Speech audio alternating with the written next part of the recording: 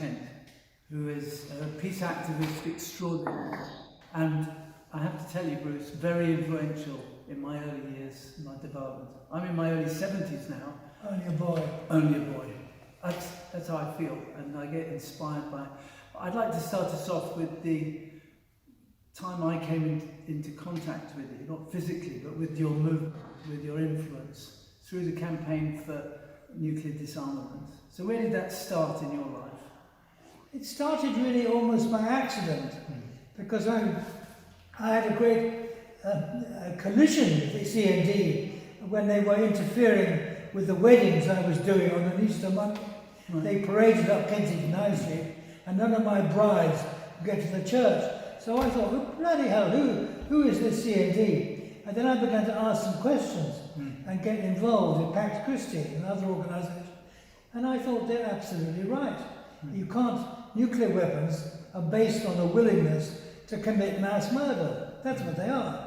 And so I began to get active in CND at a time when CND was actually going downhill a bit in the 70s. The Vietnam War and all that came along. And so I got more and more involved, and in a way more and more distant from the official end of my church, because they weren't in favour of nuclear weapons, but they certainly weren't passionately opposed. So I got really confused. I became very active in the campaign against the Vietnam War when I was a university student. But I was always confused about nuclear weapons at that time, because my parents' generation had described how the nuclear warhead had shortened the war, shortened the Second World War. So that was the source of my confusion at the time. How did you react to that sort of argument? Well, I swallowed it. I swallowed it completely, because I didn't know any of the history. That the Japanese military were actually looking for a solution to the Second World War before the bombs were dropped at all. But we didn't know about that. That was the reality of the matter. And I think the dropping of the bombs had more to do with keeping the Soviet Union out of the Pacific than it had with actually ending the war. The war could have been resolved in a negotiated fashion with the then Japanese military, but it wasn't. But even if you can't find an alternative, killing 120,000 people in a second is immoral, and whatever the consequences are, you cannot do that kind of thing. So I'm really interested in the period in your career, in your life, when you combined life as a Catholic priest with life of a campaigner. Is that an easy combination, or was that quite a skillful combination? It's difficult, but I did a lot of it through Pax Christi, and we made friendships with all sorts of countries. We supported conscientious objectors. We did some useful things in the Catholic Church through Pax Christi. Peace Sunday is, I think, one of the things that we helped to start in January. So, in a way, I wasn't in a collision over that. I was just eccentric. I wasn't someone to be pushed out of it. But the closer it got to nuclear weapons and the British acquisition of them, the more difficult it was to maintain friendships and partnerships with the hierarchy, with the bishops. I never had a row. I just knew that I was in the wrong place.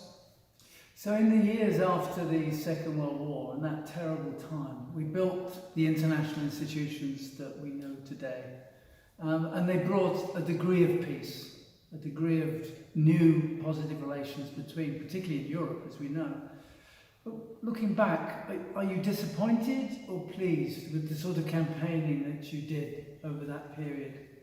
Well, I was quite pleased with my campaigning, but I was very displeased with the amount, and we're in today the United Nations time, and the lack of interest in official bodies in the reality of what the United Nations was meant to be doing.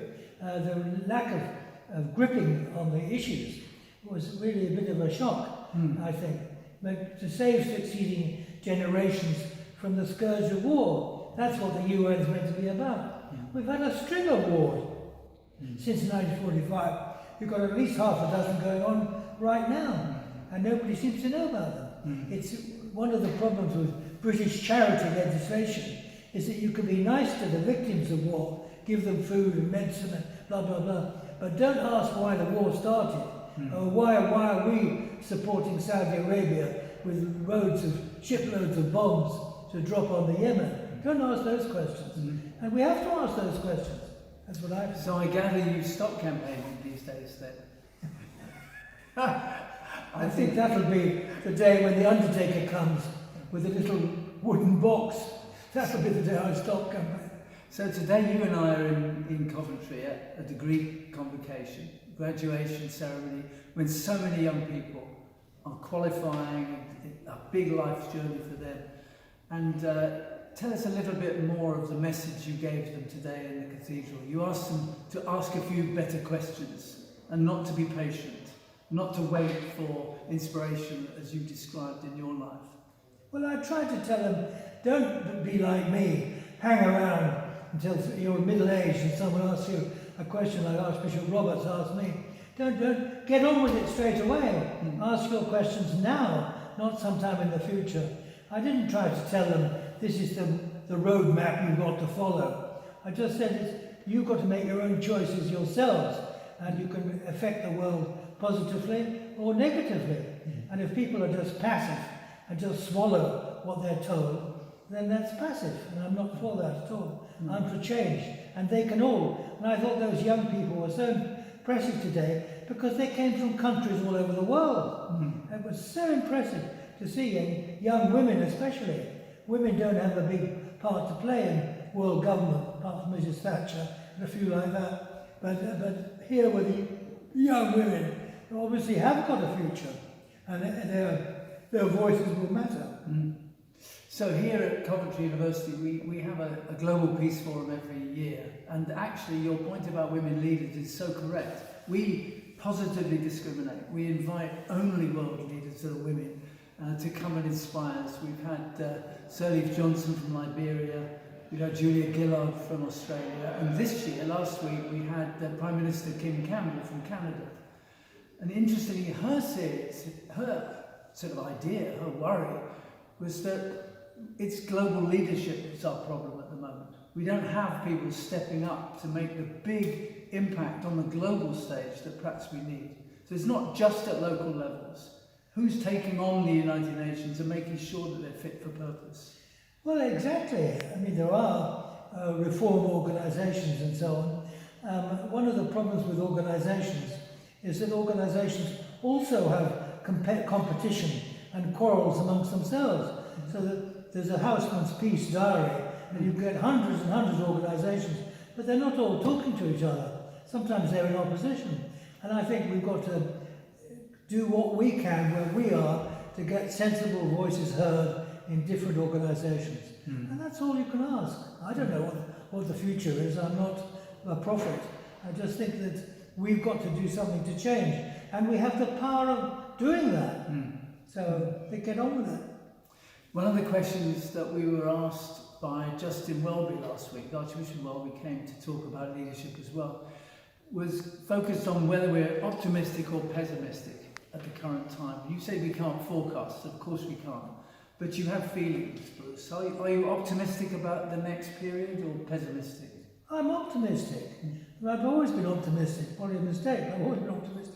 I think that we have the power and we've seen so many good things. In this country, that the women have a vote at all is a matter of, because some people cared enough to make it happen. That we have a protest now about the slave trade. Slave trade was normal. People got rich in this country and said, you don't do that anymore. There are lots of positive steps. We are National Health Service under terrible pressure at the moment. But the fact that we have one at all is an amazing step forward. So I think we should be optimistic. Change is possible and we can help to make it. That's really encouraging. So let me ask you about your biggest hopes and your biggest fears for the next, let's say, 2 or 3 years. What's the big hope you have and what's the big fear that we confront? My big hope, and I'm speaking now denominationally, is that people will listen to Pope Francis, who talks so much sense, and he's bypassed. He hardly got mentioned up in Glasgow, Yes. and yet his message was absolutely fundamental to what was going on. So those are my positive hopes. Yeah. I mean, the negative fears is that some idiot will start a nuclear war by accident. And we've had, nobody knows the number of accidents we've had with nuclear weapons. They're not recorded, but they bloody well ought to be recorded because they're very dangerous. So that's on the negative side. It could go all wrong. Please God, it won't. Bruce, Kent, thank you so much for spending time talking to us, and we'll have you back to Rising. You must come and do a whole afternoon with us and inspire people as you did today. No problem at all. Delighted to come.